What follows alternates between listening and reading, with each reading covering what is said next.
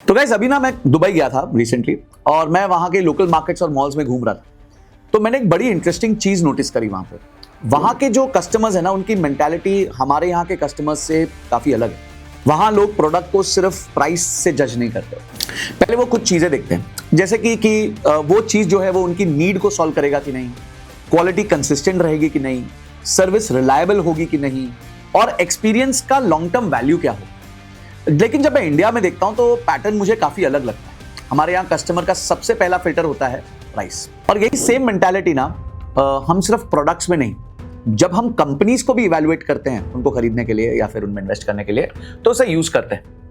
Company loss दिखाती है तो हमें लगता है कि बिजनेस गलत चल रहा है, कंपनी प्रॉफिट दिखाती हैं तो हमें लगता है मॉडल स्ट्रांग है।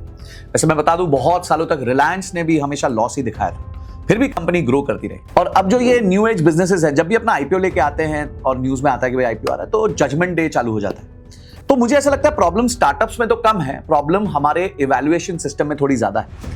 हम बिजनेस को सिर्फ प्रॉफिट और लॉस के लेंस से समझने की कोशिश करते हैं, लेकिन बिजनेस का असली टेस्ट कुछ और होता है। देखिए, बिजनेस और एम्प्लॉयमेंट में फर्क है। एम्प्लॉयमेंट में आदमी को हमेशा नौकरी मिलती रहती है और उसे ये इंश्योर करना होता है कि उसकी इनकम जो है उसके खर्चे से ज्यादा हो, पर बिजनेस में ऐसा नहीं हो। तो बिजनेस में क्या होता है, आज की वीडियो में हम इसको कंप्लीटली डिकोड करेंगे। पहले एक सिंपल फ्रेमवर्क बनाएंगे जिससे आप किसी भी न्यू एज बिजनेस को इवैल्यूएट कर सकते हो। फिर उसी फ्रेमवर्क को हम एक कंपनी मीशो पे अप्लाई करेंगे, एक ऐसी कंपनी जिसे लोग पहले सस्ती प्रोडक्ट्स वाली ऐप बोलते थे, लेकिन आज वो एनुअली लगभग 200 मिलियन यूजर्स यानी 20 करोड़ लोगों को सर्व करती है, 1.8 बिलियन ऑर्डर्स यानी 180 करोड़ ऑर्डर्स हैंडल करती है, और भारत के ई कॉमर्स के मैप को उसने टोटली बदल दिया था। और हाँ, ये जो वीडियो है ना, ये कोई मीशो जिंदाबाद या किसी चीज के लिए स्पेसिफिकली नहीं है। ये वीडियो ना आपको बिजनेस समझाने के लिए है कि इस बिजनेस को कैसे इवैल्यूएट करते हैं, तो इसलिए इसको एंड तक जरूर देखना। और हाँ, अभी तक आप में से सिर्फ 25% लोगों ने चैनल को सब्सक्राइब किया, तो भाई फटाफट सब्सक्राइब कर दो, घंटी दबा दो, ताकि ऐसी वीडियोस आपसे मिस ना हो। देखिए, बिजनेस इवैल्यूएट करने के लिए सिर्फ दो चीजें देखना बहुत डेंजरस है, प्रॉफिट है या लॉस, रेवेन्यू कम है या ज्यादा। आप टेस्ला को कंसिस्टेंटली प्रॉफिटेबल होने में 17 साल लग गए, 17 साल। जोमैटो का पहला प्रॉफिटेबल ईयर 10 साल बाद दिखा था। अगर उनके इनिशियल सालों के P&L को लोग देख लेते ना, तो ये तो बर्बाद बिजनेस है बोल के निकल जाते। तो आज की स्टोरी कुछ और होती, वो सेम ना होती जो आज है। इसलिए चलिए बनाते हैं 5 पॉइंट फ्रेमवर्क, जिससे आप किसी भी न्यू एज बिजनेस को आराम से देख सकते हो, समझ सकते हो। मैं आपको सिंपल हिंदी में बताता हूं, एक मास्टर क्लास है, तो भाई लिखना भी चालू कर सकते हो। सबसे पहले प्रॉब्लम साइज और उसकी डेप्थ। ये कंपनी किस प्रॉब्लम को सॉल्व कर रही है? क्या ये सिर्फ लाइफस्टाइल को अपग्रेड कर रही है या फिर करोड़ों लोगों की रियल दिक्कत है ये? अगर प्रॉब्लम ही छोटी है तो बिजनेस कितना भी स्टाइलिश हो, फ्यूचर उसका लिमिटेड है। सेकंड चीज जो देखनी है वो है कंज्यूमर बिहेवियर फिट।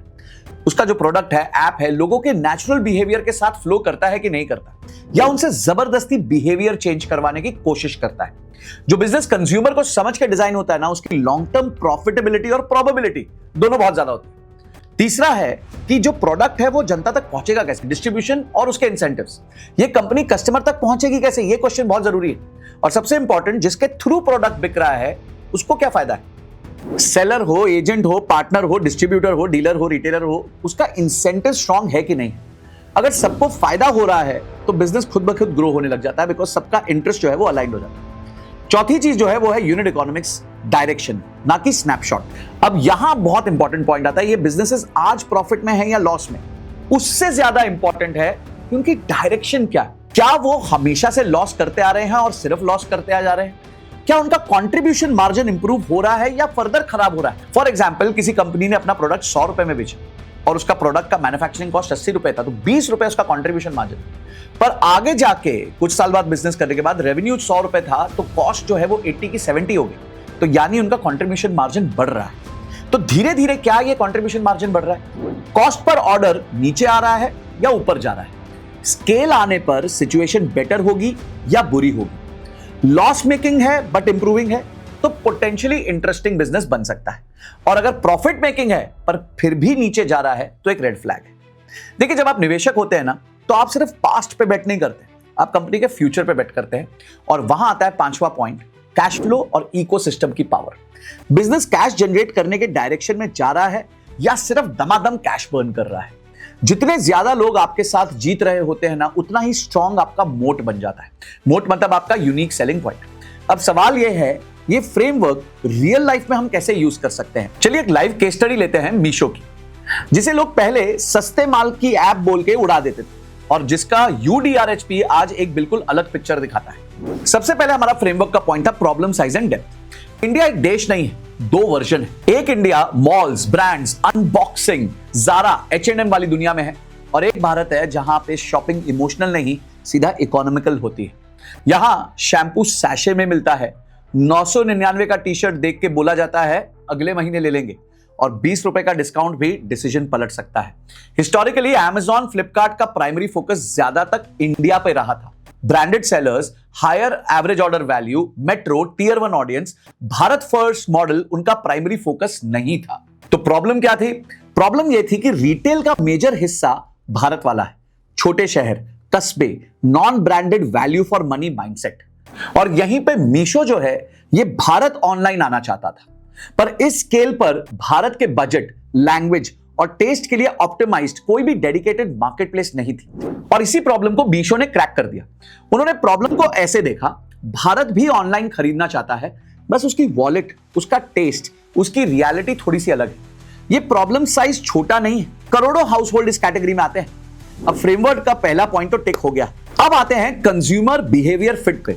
भारत के बायर को समझते हैं, ब्रांड से ज्यादा वैल्यू फॉर मनी देखता है, पैकेजिंग से ज्यादा काम चल जाएगा या नहीं चलेगा उसको देखता है, EMI से ज्यादा कैश प्राइस देखता है। तो मीशो ने क्या किया, जो उनकी ऐप थी उसकी कैटलॉग को डेली प्रोडक्ट से भर दिया। 150 रुपए की किचन आइटम, 300 रुपए की साड़ी, 200 रुपए की बेडशीट, 99 से लेके 199 रुपए तक के फैशन आइटम्स। UI को बहुत ही सिंपल रखा, ऐप इजी थी, हेवी फिल्टर्स या फैंसी विजुअल्स के बजाय सीधा स्क्रॉल और देख लीजिए। नंबर्स के हिसाब से FY 2023 से FY 2025 के बीच मीशो के प्लेस्ड ऑर्डर्स 102 करोड़ से बढ़ के 183 करोड़ हो चुके हैं और ऑर्डर फ्रीक्वेंसी 7.5 गुना से 9.2 टाइम्स पर ईयर तक जा चुकी है। यानी लोग ऐप पे वापस आकर खरीद रहे हैं, बार बार आके खरीद रहे हैं और ये तब होता है जब प्रोडक्ट बिहेवियर फिट करता है। यहां भी फ्रेमवर्क के पॉइंट 2 पे हमारा एक टिक आ जाता है। अब आते हैं डिस्ट्रीब्यूशन एंड इंसेंटिव डिजाइन पे। ट्रेडिशनल ई कॉमर्स का सोच क्या है? मेन सेलर से 10 से 15% कमीशन लूंगा, उसके ऊपर शिपिंग एंड एड्स, फिर मैं भी कमाऊंगा। छोटे सेलर के लिए प्रॉब्लम यह थी कि मार्जिन ऑलरेडी बहुत कम था। कमीशन, रिटर्न्स, एडवर्टाइजमेंट ये सब मिलकर सर पे बोझ बन रहा था। प्लेटफॉर्म उनका पार्टनर कम, कॉस्ट सेंटर ज्यादा बन चुका था और सबसे बड़ा हिडन कॉस्ट होता था कंटेंट क्रिएशन का। आज अगर आपको ट्रेडिशनल प्लेटफॉर्म्स पे बचना है तो आपको एक रिंग लाइट चाहिए, एक वाइट बैकड्रॉप चाहिए, एक स्टूडियो सेटअप चाहिए, हाई बजट फोटोशूट चाहिए। ये सब ऑलमोस्ट मैंडेटरी बन चुका था। पर भारत का सेलर कौन था? गली का वो होलसेलर, लोकल बुटीक वाला, होम मेकर, स्मॉल ट्रेडर, कोई स्टूडेंट सेलर था। इनके पास स्टूडियो बजट नहीं था, इनके पास होता है सिर्फ स्मार्टफोन। मीशो ने यही ब्लाइंड स्पॉट को क्रैक कर लिया। यहां आप फोन के कैमरा से भी लिस्टिंग डाल सकते थे, प्रोफेशनल शूट की कोई कंपल्शन नहीं थी। Market place high production value नहीं, हाई प्रैक्टिकलिटी पे रन कर रहा था। और दूसरी तरफ ज्यादातर प्लेटफॉर्म्स का सेलर डैशबोर्ड इतना कॉम्प्लिकेटेड होता था कि फर्स्ट टाइम सेलर जो है वो घबरा जाता था, डर जाता था। मीशो ने सेलर डैशबोर्ड को इतना सिंपल रखा कि फर्स्ट टाइम यूजर भी उसको आराम से नेविगेट कर पाया। लिस्टिंग फास्ट हो गई, पेमेंट्स जल्दी क्लियर हुई, रिटर्न्स, शिपिंग, कैटलॉग, सारा वर्कफ्लो बहुत ही सीधा बन गया, कोई धूम धड़ाका नहीं। सेलर को पहली बार लगा ये प्लेटफॉर्म मेरा कंपेटिटर नहीं है, ये मेरा पार्टनर है। और जब सेलर कंफर्टेबल हो गया तो वो ज्यादा कैटलॉग डालने लग गया, बेटर प्राइस देने लग गया, अपने नेटवर्क के कस्टमर्स वो ऐप पे भेजता था। यानी डिस्ट्रीब्यूशन, इंसेंटिव्स, सिंप्लिसिटी तीनों को अलाइन कर दिया। तो हमारे फ्रेमवर्क का तीसरा पॉइंट जो है वो भी टिक हो गया। अब आते हैं सबसे कंट्रोवर्शियल चीज पे, लॉस मेकिंग है तो खराब बिजनेस है वाला लॉजिक। चलिए मीशो को थोड़ा यहां पे ऑब्जेक्टिवली देखने की कोशिश करते हैं। रिपोर्ट्स के मुताबिक अगर देखें तो कॉस्ट पर ऑर्डर FY 2023 में 50 रुपए का था, 50 रुपए, जो FY 2025 आते आते 43 पर आ गया, यानी कि 7 रुपए का profit straight away. Industry report के हिसाब से मीशो का कॉस्ट टू एनेबल सेल्स 28 से 65% लोअर है पीयर से, यानी कि वो 28% से लेकर 65% तक बचा पाते हैं अपनी सेल्स पे। यानी ऑर्डर तो बढ़ रहे हैं पर ऑर्डर कॉस्ट नीचे आ रही है। सेलर के लिए प्लेटफॉर्म सस्ता, बायर के लिए जो प्राइस है वो attractive. Free cash flow side पे भी यही दिखाता है। मीशो ने कैश बर्न से free cash flow positive direction में स्विंग कर दिया है ऑलरेडी। एक एनालिसिस के मुताबिक FY 2025 में 1000 करोड़ उनका फ्री कैश फ्लो जनरेट हुआ है बिजनेस से, जबकि 2 साल पहले ये नंबर बहुत बुरी तरह नेगेटिव था। यानी लॉसेस हेडलाइन में दिख रहे थे पर नंबर्स के अंदर जाके देखो तो पिक्चर कुछ और ही बता रही थी। यूनिट इकोनॉमिक्स इंप्रूव कर रहे थे, कॉस्ट स्ट्रक्चर लीन हो रहे थे, कैश फ्लो की डायरेक्शन पॉजिटिव हो रही थी, एग्जैक्टली वही चीज जिसको हम फ्रेमवर्क के point number 4 direction over snapshot बोलते हैं। यहां फोर्थ पॉइंट भी क्लिक हो गया। अब आते हैं लास्ट पिलर पे, cash flow and ecosystem power. उनके अपने यूडीआरएचपी और न्यूज कवरेज के हिसाब से FY 2025 के एंड तक मीशो के पास 5,700 करोड़ रुपए से ज्यादा cash and investments balance sheet पे होंगे। कंपनी ऑलरेडी डेट फ्री है। प्लेटफॉर्म पर 199 मिलियन यूजर्स यानी 19 करोड़ 90 लाख यूजर्स है और 180 करोड़ ऑर्डर्स है। यानी भारत टू भारत कॉमर्स बहुत मैसिव स्केल पे हो रहा है। ये सिर्फ एक ऐप नहीं है, एक वैल्यू कॉमर्स इकोसिस्टम बन चुका है। छोटा सेलर पैसे कमा रहा है, कस्टमर को पॉकेट फ्रेंडली प्रोडक्ट्स मिल रहे हैं, प्लेटफॉर्म लॉजिस्टिक्स एंड एड से अर्न कर रहा है। और ये जो फ्री कैश फ्लो पॉजिटिविटी की डायरेक्शन है, ये सिर्फ इंडिया का ट्रेंड नहीं है, ये global asset light market logic का भी नेचुरल आउटकम है। आप देखिए पीडीडी होल्डिंग्स यूएस में $16.6 बिलियन का उनका फ्री कैश फ्लो था FY 2024 में।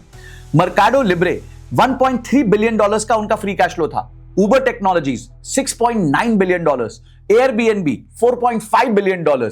इन सब का कॉमन फॉर्मूला क्या है? Technology led, asset light, network density driven marketplaces, जहां स्केल का मतलब होता है मार्जिन एक्सपेंशन बिना प्रोपोर्शनेट कैपिटल को इन्वेस्ट किए।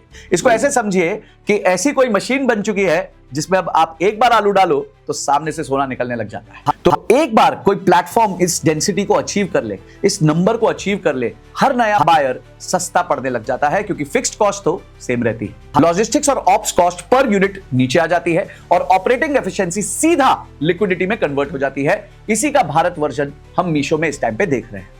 लीन कॉस्ट स्ट्रक्चर है, लॉजिस्टिक स्केल पे है, सेलर लेड कैटलॉग ग्रोथ है और भारत की हाई फ्रीक्वेंसी लो टिकट बिहेवियर का एब्सोल्यूट फिट है। यानी फ्री कैश फ्लो का डायरेक्शन सिर्फ एक कंपनी की कहानी नहीं है, ये एक ग्लोबल मार्केटप्लेस प्लेबुक है जो इंडियन कॉन्टेक्स्ट में भी एप्लीकेबल और अचीवेबल है। तो यहां पे हमारे फ्रेमवर्क का पॉइंट नंबर 5 भी टिक हो जाता है। तो गाइस इंपॉर्टेंट चीज ये है, ये वीडियो ये नहीं कह रही है कि मीशो परफेक्ट है और रिस्क जीरो है। हर बिजनेस के अपने रिस्क होते हैं, लीगल, टैक्स, कंपटीशन, गवर्नेंस। पर लेसन ये है कि किसी भी न्यू एज बिजनेस को सिर्फ लॉस मेकिंग बोल के डिसमिस मत करिए। इस वजह से क्या होता है कि बहुत सारे बिजनेस कोशिश ये करते हैं कि सिर्फ आईपीओ से पिछले वाले साल अपने आप को प्रॉफिटेबल दिखाना चालू कर देते हैं। अगर हमारे यहां का इन्वेस्टर समझ जाए कि एक बिजनेस को इवैल्यूएट कैसे करते हैं, तो ऑब्वियसली कंपनीज पे भी इस तरीके का प्रेशर नहीं होगा और वो आराम से खुल के खेल सकेंगी और अपने लिए एक highly scalable, highly profitable, highly cash flow driven businesses बना पाएंगे। बिजनेस अंडरस्टैंडिंग की कमी ये दिखाती है कि हम जो है ये बिजनेस मॉडल्स नहीं समझ पाते और इसलिए ये वीडियो आज की मैंने बनाई। नेक्स्ट टाइम जब आप किसी कंपनी का नाम सुनो, चाहे वो मीशो हो, जोमैटो हो, स्विगी हो या कोई फिनटेक कंपनी हो, इन 5 सवालों से उसको जरूर गुजार देना। प्रॉब्लम का साइज, क्या करोड़ों लोग का रियल प्रॉब्लम सॉल्व हो रहा है? सेकंड, बिहेवियर फिट, क्या ये रियल बिहेवियर से मैच करता है? थर्ड, डिस्ट्रीब्यूशन एंड इंसेंटिव, जिसके थ्रू बिक रहा है उसको स्ट्रॉन्ग फायदा है कि नहीं? फोर्थ, यूनिट इकोनॉमिक्स की direction, cost, margin, cash flow, ये बेटर हो रहे हैं या खराब हो रहे हैं? और फिफ्थ, इकोसिस्टम का पावर, क्या ये अकेले नहीं दूसरों को भी जीतने का मौका दे रहा है? एक बात मुझे डॉक्टर वैल्यू मनी की बहुत अच्छी लगती है, अगर आप अकेले जीतोगे तो हार सकते हो, अगर आप सबको जिताओगे तो आप कभी नहीं हारोगे। मीशो इंटरेस्टिंग इसलिए है क्योंकि ये सब 5 बॉक्सेस को भारत के लेंस से टिक कर देता है। तो गाइस, आपको क्या सीख मिली इस वीडियो से मुझे कमेंट सेक्शन में जरूर बताना, क्योंकि इस तरीके की वीडियोस मैं करता हूं ताकि बिजनेस इवैल्यूएशन आपको समझा सकूं। इस वीडियो को सारे दोस्तों के साथ फॉलो कर देना ताकि उनको भी समझ आए कि एक technology led new age business को कैसे इवैल्यूएट करना चाहिए और सिर्फ रैंडमली जाके उनको हमारे को कोसना नहीं चाहिए कि वो सिर्फ लॉस मेकिंग है, सिर्फ लॉस मेकिंग है। Amazon भी बहुत साल तक लॉस मेकिंग रहा, आज दुनिया की 5 सबसे बड़ी कंपनीज में उसका नाम है। तो हमारे यहाँ के एंटरप्रेन्योर्स अच्छा बिजनेस कर पाए, इसके लिए हमारे यहाँ के इन्वेस्टर्स को भी इवॉल्व करना पड़ेगा, उनको भी इन बिजनेस मॉडल्स को समझना पड़ेगा, तभी इकोसिस्टम में सबको, बिजनेस को, एंटरप्रेन्योर को, इन्वेस्टर को और हमारे जैसे रिटेल इन्वेस्टर को सबको फायदा होगा। चैनल को सब्सक्राइब किए बिना मत जाना। Till the next video, this is Sanjay Kathuria signing off. जय हिंद, जय भारत।